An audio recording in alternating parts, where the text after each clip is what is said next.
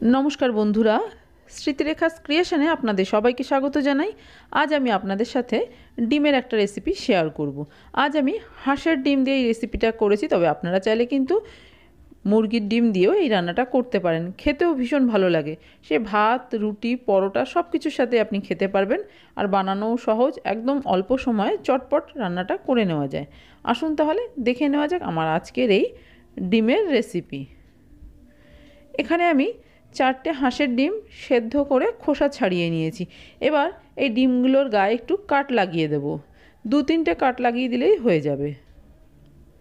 একটু কাট লাগিয়ে দিলে ডিমের ভেতরে গ্রেভির মশলাটা ঢুকবে, খেতে বেশ ভালো লাগবে। সবকটা ডিমে আমি কাট লাগিয়ে নিয়ে ফেরত আসছি। দেখুন ডিমগুলোতে কাট লাগানো হয়ে গেছে। এবার এর মধ্যে সামান্য একটু লবণ দিয়ে দিলাম। লবণ দেওয়াটা অপশনাল, ইচ্ছে না হলে বাদ দিতে পারেন।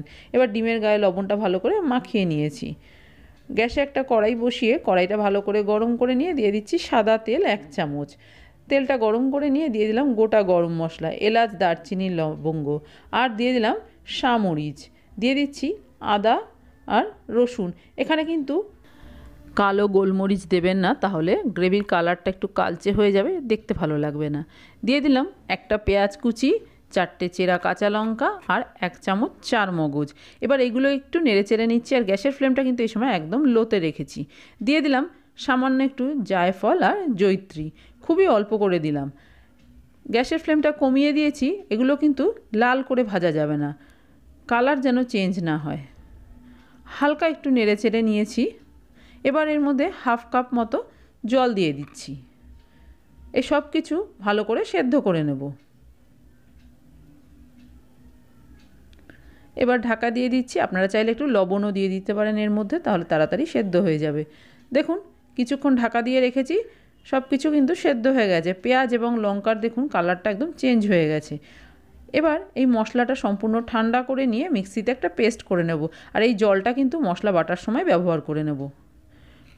ওই কড়াইটায় আবার পরিষ্কার করে বসিয়ে দিয়েছি। এর মধ্যে দিয়ে দিচ্ছি আবারও একটু সাদা তেল। খুব অল্প তেলেই কিন্তু রান্নাটা করে নেওয়া যায়। তেল গরম হয়ে গেছে।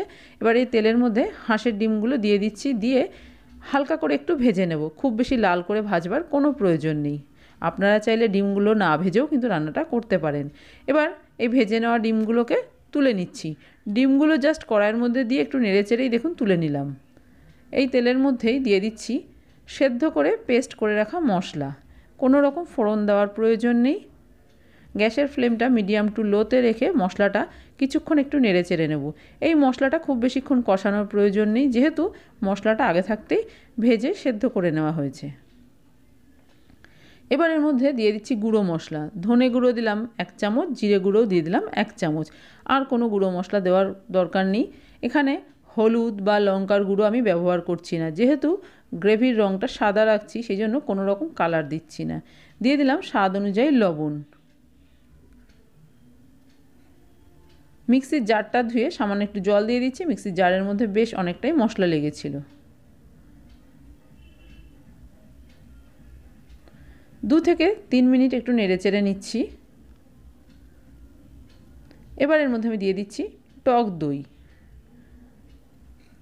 দই দিয়ে সাথে সাথেই মশলার সাথে ভালো করে মিশিয়ে দিচ্ছি। আর এই সময় গ্যাসের ফ্লেমটা একদম লোতে রেখেছি। আপনারা চাইলে গ্যাসের ফ্লেমটা অফ করেও কিন্তু দইটা মিশিয়ে নিতে পারেন। হাই ফ্লেমে কখনোই দই দেবেন না, তাহলে দই মশলার সাথে মেশানোর আগে কেটে যাবে। দেখুন দইটা মশলার সাথে খুব ভালো করে মিশিয়ে দিয়েছি। মশলাও বেশ ভালো করে কষানো হয়ে গেছে। এবার এর মধ্যে দিয়ে দিচ্ছি একটু চিনি। যেহেতু দই দিয়েছি, একটু চিনি দিলে টেস্টটা ব্যালেন্স করবে, খেতেও বেশ ভালো লাগবে। মশলা থেকে তেল বেরোতে শুরু করেছে। এবার এর মধ্যে আমি দিয়ে দিচ্ছি পরিমাণ মতো গরম জল। খুব বেশি জল দেব না, যেহেতু এখানে কিছু সেদ্ধ হওয়ার মতো নেই, সেই জন্য জলের পরিমাণটা খুব বেশি দিচ্ছি না। ঢাকা দিয়ে ঝোলটা ফুটে ওঠার জন্য অপেক্ষা করব। দেখুন ঝোল ফুটে উঠেছে। ঢাকনাটা খুলে আবার একটু নেড়ে চেড়ে দিলাম। এবার এর মধ্যে ভেজে রাখা ডিমগুলো দিয়ে দিচ্ছি। ডিম দিয়ে আর ঢাকা চাপা দেব না। এবার গ্যাসের ফ্লেমটা হাইতে রেখে মিনিট 2 একটু রান্না হতে দেব। দেখুন হাই ফ্লেমে রেখে কিছুক্ষণ রান্না করে নিয়েছি। লবণ মিষ্টি চেক করে দেখেছি একদম ঠিকঠাক আছে। সব শেষে দিয়ে দিচ্ছি ঘি। গরম মশলা এখানে আমি আর দিলাম না, যেহেতু গরম মশলা বেটে দেওয়া হয়েছে। ঘি দিয়ে নেড়েচেড়ে দিচ্ছি। এবার গ্যাসের ফ্লেম অফ করে কড়াইটা ঢাকা দিয়ে কিছুক্ষণ এইভাবে রেখে দেবো, তারপরে সার্ভ করে দেবো। তৈরি হয়ে গেছে আমার আজকের ডিমের রেসিপি। খুব সহজে চটপট কিন্তু রান্নাটা হয়ে যায়, একদম অল্প সময়। এই শীতের সময় আমরা বেশিরভাগ সময় কিন্তু ফুলকপি আলু দিয়ে ডিম রান্না করে খেয়ে থাকি। একবার এইভাবে রান্না করে দেখবেন, ভীষণ ভালো লাগে খেতে, একদম অন্যরকম একটা স্বাদ। ইচ্ছে হলে ওপর থেকে একটু পেঁয়াজ বেরেস্তা ছড়িয়ে দেবেন, তাহলে দেখতে আরও ভালো লাগবে, খেতে তো অবশ্যই ভালো লাগবে। আমার আজকের এই ডিমের রেসিপি আপনাদের কেমন লাগলো বাড়িতে করে দেখতে পারেন। ভালো লাগলে একটা লাইক শেয়ার কমেন্ট করবেন। আর আপনি যদি আমার চ্যানেলের নতুন বন্ধু হয়ে থাকেন, তাহলে আপনার কাছে একটাই অনুরোধ, আমার চ্যানেলটা সাবস্ক্রাইব করে আমার পাশে থাকার। আপনারা সবাই খুব ভালো থাকবেন।